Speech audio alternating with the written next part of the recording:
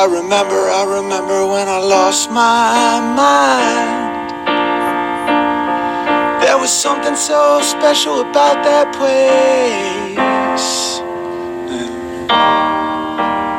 Even your emotions had an echo in so much space.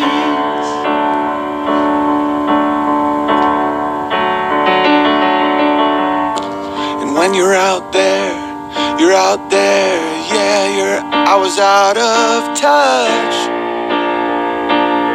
But it was because I didn't know enough. I knew too much.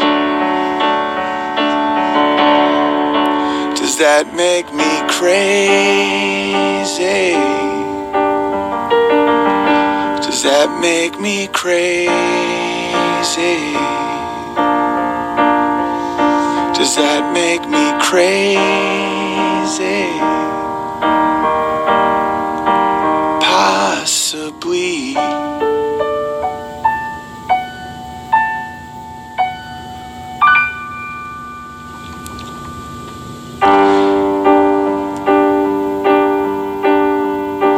Well, I think you're crazy. Well, I think you're crazy.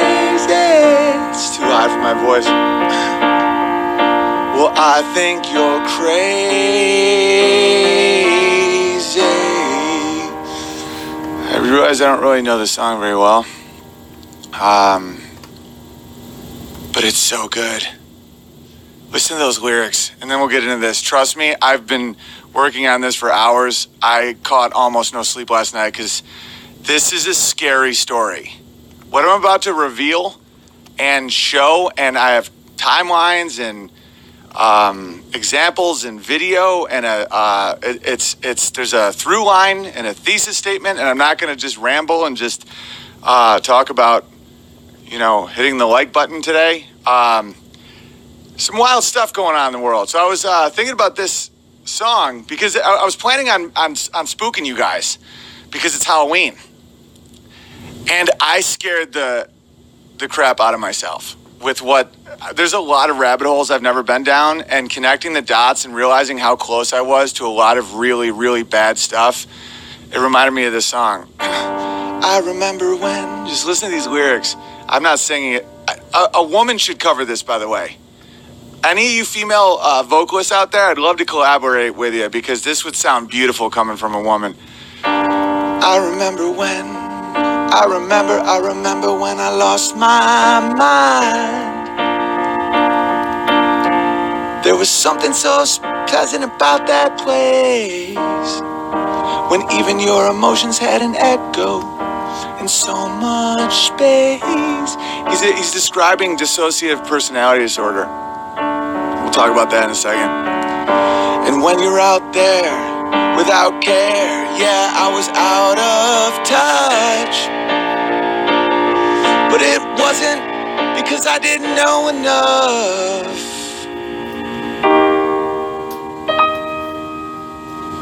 I just knew too much. Does that make me crazy? I get called crazy a lot. Don't get me wrong, a lot of people give me respect, but I do get called crazy quite a bit. But Crowder's wife's mom calls me John the Baptist. She called me John the Baptist because I think because I'm real passionate, I get the people going. I cry out in the wilderness, and he only ate honey. I think he was like one of the first bears. But what do I want to talk about today? So, Instagram banned Gavin McInnes because of a fake hit piece, nonsense article written by the Daily Beast. These just vicious media people. And I love Gavin. He's a family man, and he's been kicked off Facebook and Twitter. I've also been kicked off Facebook and Twitter. And but we're on Instagram, and we're writing back and forth on each other's posts and community forming. Good times. The dude is he's a good Catholic man. Married a native girl. Had some half-brown kids, and started Vice, the media outlet, and saw it kind of going insane, and became more right-wing, and now he's doing his own thing. But so I posted this thing about where people can find me, and I saw this reaction. And this isn't my first rodeo. I'm starting to understand why people say what they say and act the way they act. This one guy writes, "I think you secretly like being the victim." It's like, oh, what? Another guy writes, "Why won't you just, like, there's so many people that don't get kicked off things. Why won't you just tone it down a little?" Okay, first off, of course I don't like being the victim because I'm not a victim. I'm a guy who does comedy and gets, pretty big platforms, and then they take it from me because I refuse to adhere to their nonsense. I still believe in free speech, and I believe in the original terms of service when I started these accounts that didn't say like nebulous things like you can't offend people or harassment. Why the chicken cross the road is harassment to the chicken if you want to play those games. And comedy requires exaggeration. It requires hyperbole. It requires irony. Sometimes you say the opposite of what you think to make people laugh because the contradiction is funny. Unless you have an inability of seeing that because of an IQ situation or maybe some form of autism, or you're intentionally not understanding it. And so I can't stop doing comedy. And then people say, yeah, but you have an agenda. It's like, yeah, like my opinions. And this other guy said, well, you're hiding behind saying you're a comedian. You're really I'm like, I've been a professional comedian for 16 years. It's how I pay my mortgage. It's how I feed my kids. It's how I entertain my wife and make her laugh and keep her clothed. And comedians, the whole point of a comedian is to stress test society. You poke and you flip and you do all kinds of stuff. And you almost have this role that's borderline spiritual or religious, I'm realizing, because you can predict the future. I think all artists have a role that's almost like the crazy version of spirituality or religion or something. Because, okay, look at how early jokes can predict what's coming. Like, for example, this synagogue shooting and now everything's anti-Semitic and blah, blah, blah. I caught on that about 3 months ago, and you guys that watch me a lot know that I started doing Shylock Holmes, Illuminati, my dear Watson, and all this stuff, because I even said straight up, I go, I feel something happening right now. And when you have comedy instincts, you gravitate towards what's coming, because you can tell. You can just feel it. Like, I was making fun of the Halloween costumes 2.5 years ago for the... it's a culture, not a costume. I saw it on one bulletin board in my wife's brother's dorm, and I latched onto it. I'm like, that's going to grow like cancer, and it's nonsense, so I'm going to make fun of it.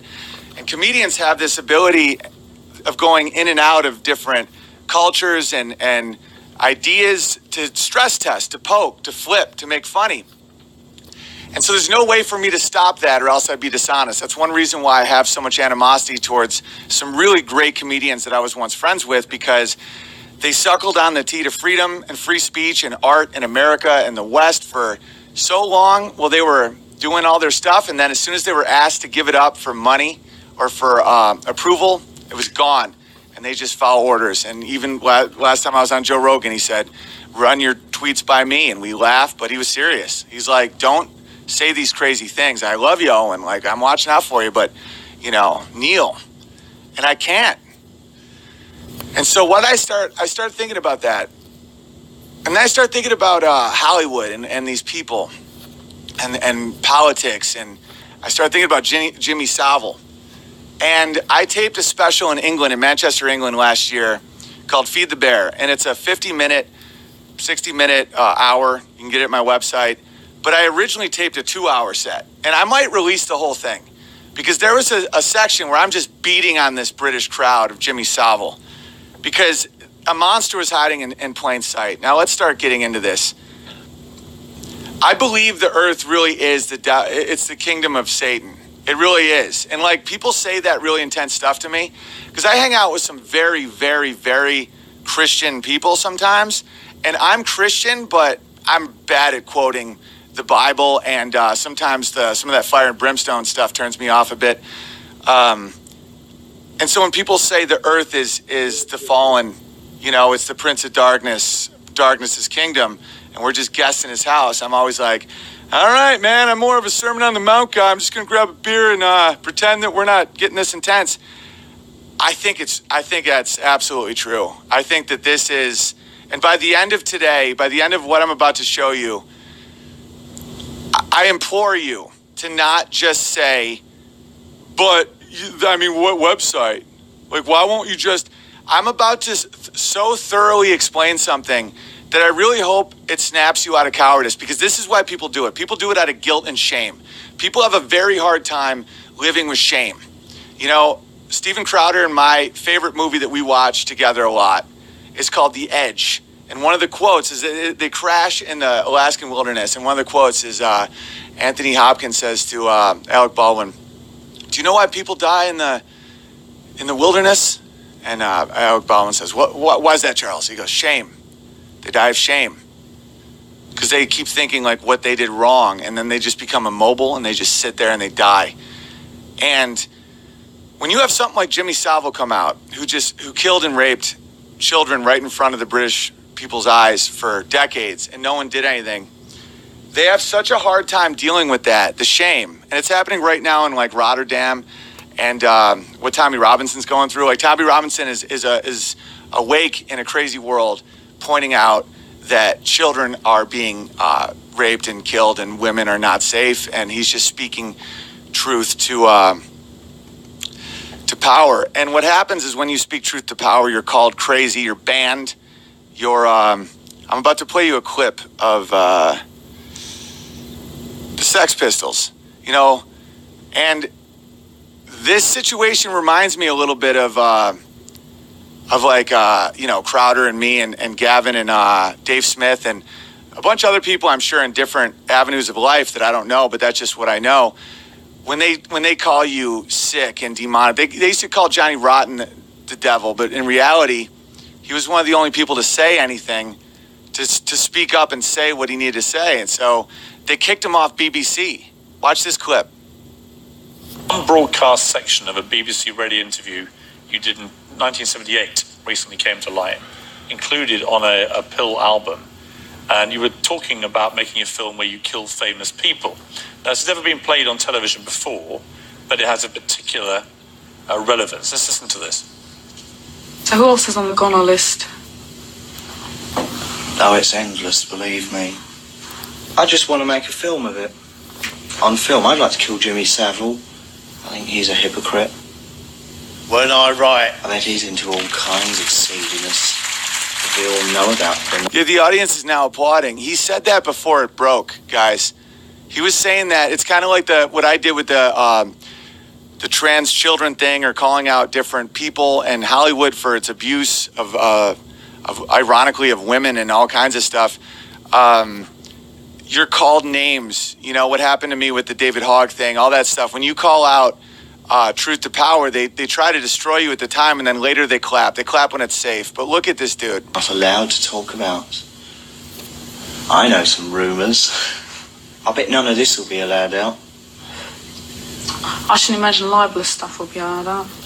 Nothing I said is liable. Silence. Applause, but only 25, 30 years later. Sounds a bit harsh, the death list there. Well, but actually, sometimes you're contentious in life just because you're bored of that. But put aside the rhetoric you were using. The fact that in 1978, at the height of the Sex Pistols explosion, there you are saying about Jimmy Savile, he was into all kinds of seediness that we all knew about. We weren't allowed to talk about it. I know some rumours. So you had heard the kind of thing that we now know about him, or stuff like that? Yeah. I think most kids did too. Most kids wanted to go to the top of the pops, but we all knew what that cigar muncher was up to. But I'm very, very bitter that the likes of Savile and the rest of them were allowed to continue. Did you ever try and do anything about Savile? I did my bit. I said what I had to. Did they air that? No. It just got suppressed. Yeah. For legal reasons. Yeah. And did you meet? I found myself being banned from BBC Radio there for quite a while for my contentious behaviour. Because of that. But they wouldn't state this directly. There'd be other excuses. I mean, it's shocking. Oh yeah. He got away with it for another 30-odd years. Not only him, but a whole bunch of them. And these are the purveyors of good taste, huh? You were too offensive. Brilliant, isn't it? The whole government was raping kids. The royal family. A lot of them were charged. Nothing really happens typically. Hit the like button. Share this, by the way. I'm a little paranoid that this is going to get taken down today because of clips and because of what I'm talking about. The thing's spinning right now, so I'm just going to refresh it. So what he just said, they called him offensive. The people that were raping and killing kids. And so Jimmy Savile, let's talk about Jimmy Savile. A lot of Americans don't know who he is, and a lot of British people, they can't handle the shame of what's happened because everyone knew. And what was he? He was the most famous child. He was the host of a child show.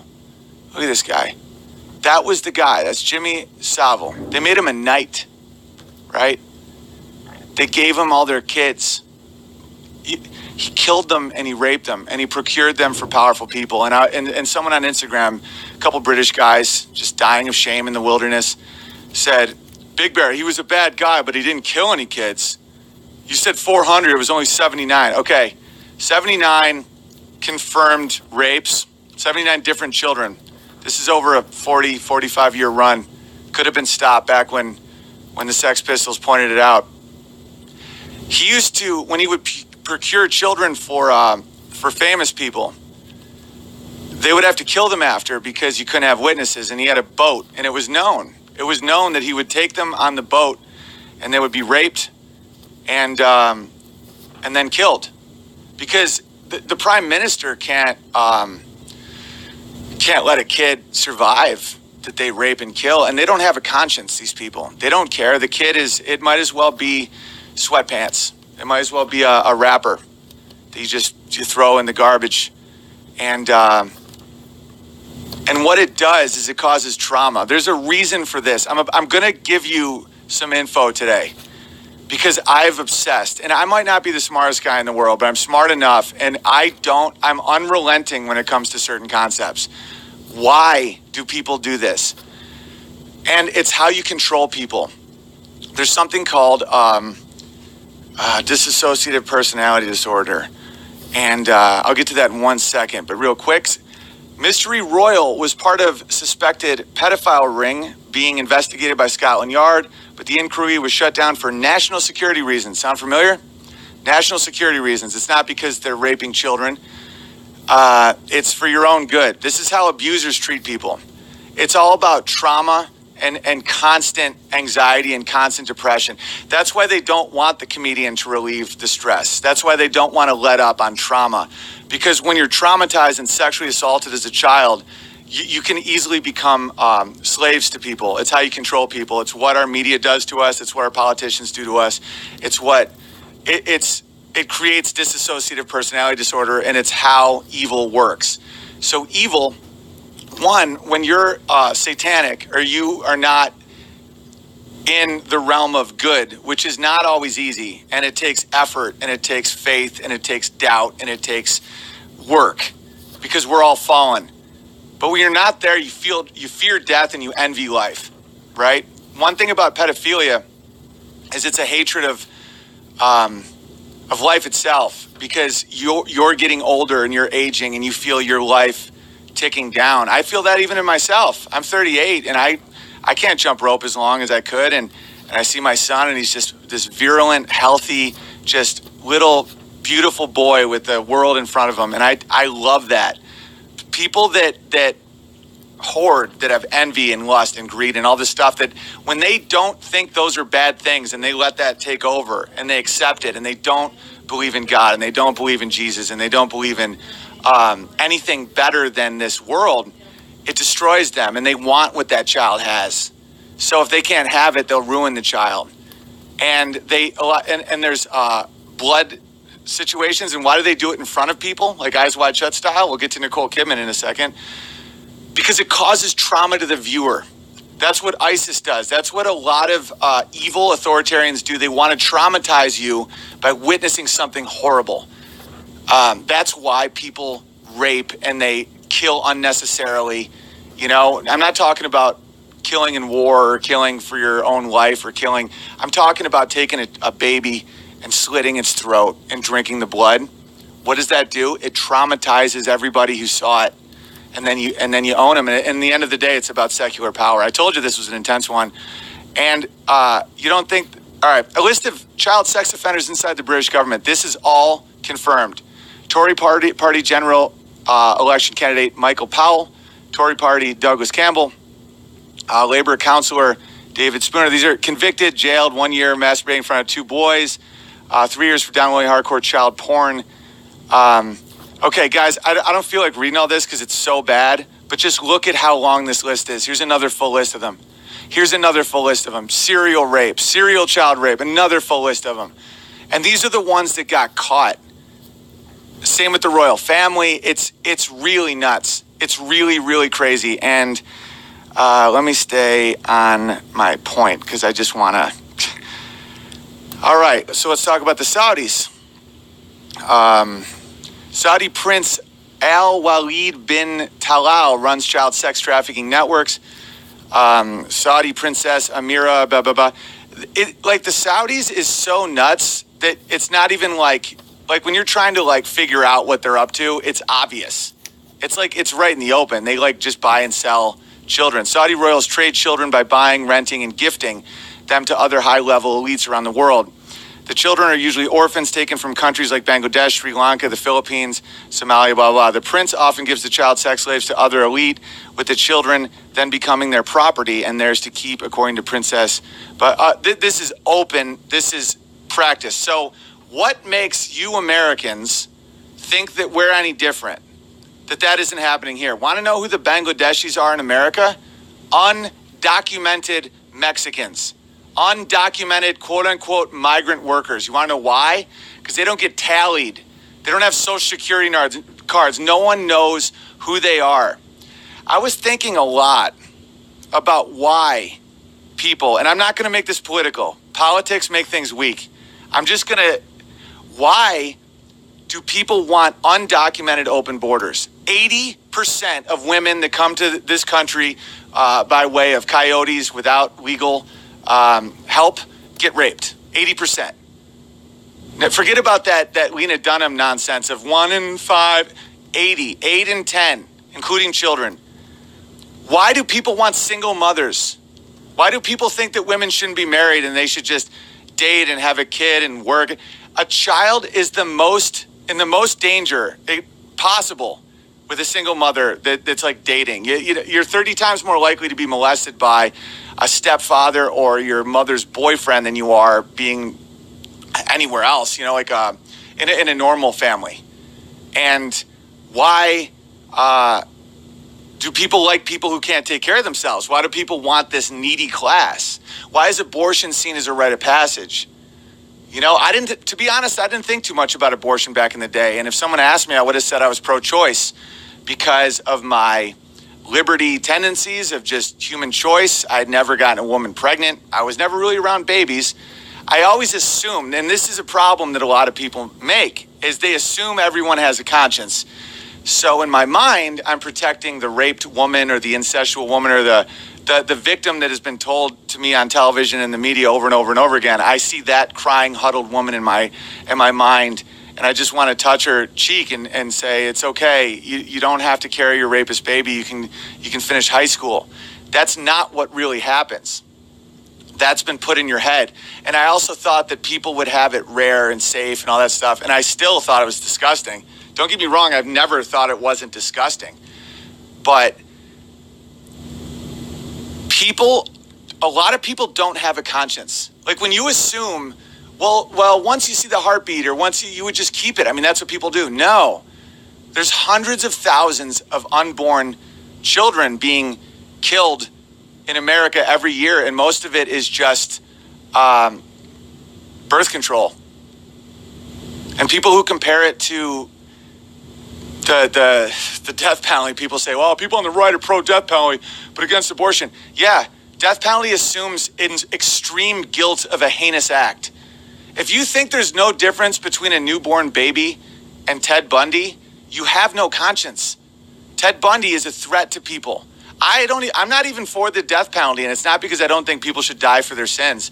It's because I don't trust the state. They've killed innocent people, and they've just, I don't know. I'm not into it personally, but it's not that I don't think people should die.